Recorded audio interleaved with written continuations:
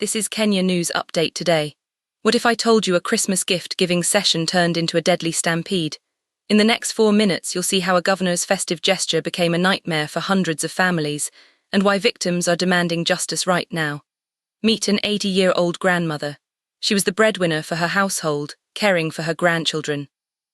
On the morning of December 23, she went to Governor Paul Ochuoma's private home in Busia County, hoping to collect food for Christmas.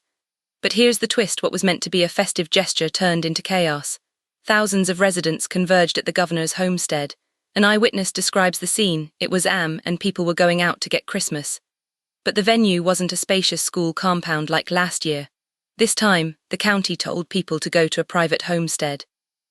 And here's what nobody's talking about: the witness estimates almost 2 million people in such a small space with no security. That's not planning, that's a recipe for disaster. The setup was simple. Governor Ochuoma had organized a Christmas gift-giving session at his private home. Residents were invited to collect food items and other goodies. But the inciting incident happened when massive crowds thronged the venue. Neighbors who witnessed the incident say the venue became dangerously overcrowded, with barely any room to stand. In the ensuing chaos, people scrambled for food. And then, something shocking happened. The 80-year-old grandmother was trampled underfoot.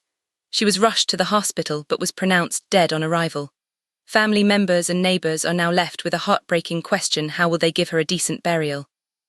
But here's the part that will blow your mind: this tragedy follows a completely different pattern from last year. The witness recalls, last year, people were gathered at a school to receive Christmas from the county, and we were given each 200 shillings. So why the change? Why move from a controlled school environment to a cramped private homestead? The escalation continued as frustration grew. The witness squarely blames the county government. That's why I blame the county government for the commotion, the stampede, and the people that died. And here's the revelation: Governor Ochuoma needs to take accountability and cater for the families that lost people. The demand is clear: compensate them. Now the impact is spreading. The controversy centers on one question: who's responsible for this tragic stampede? Some say it's poor planning. Others point to lack of security.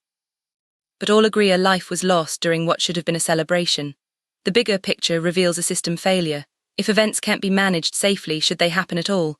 The tension is palpable. Christmas cheer turned to Christmas fear. And here's the unanswered question: will Governor Ochuoma respond to the victims' demands? The payoff brings us back to where we started. A Christmas gift drive became a death trap. An 80-year-old breadwinner lost her life. And a county government faces mounting pressure. Do you think the governor should personally compensate the affected families? Drop your take in the comments. Subscribe to Kenya News Update today for more breaking news from across East Africa.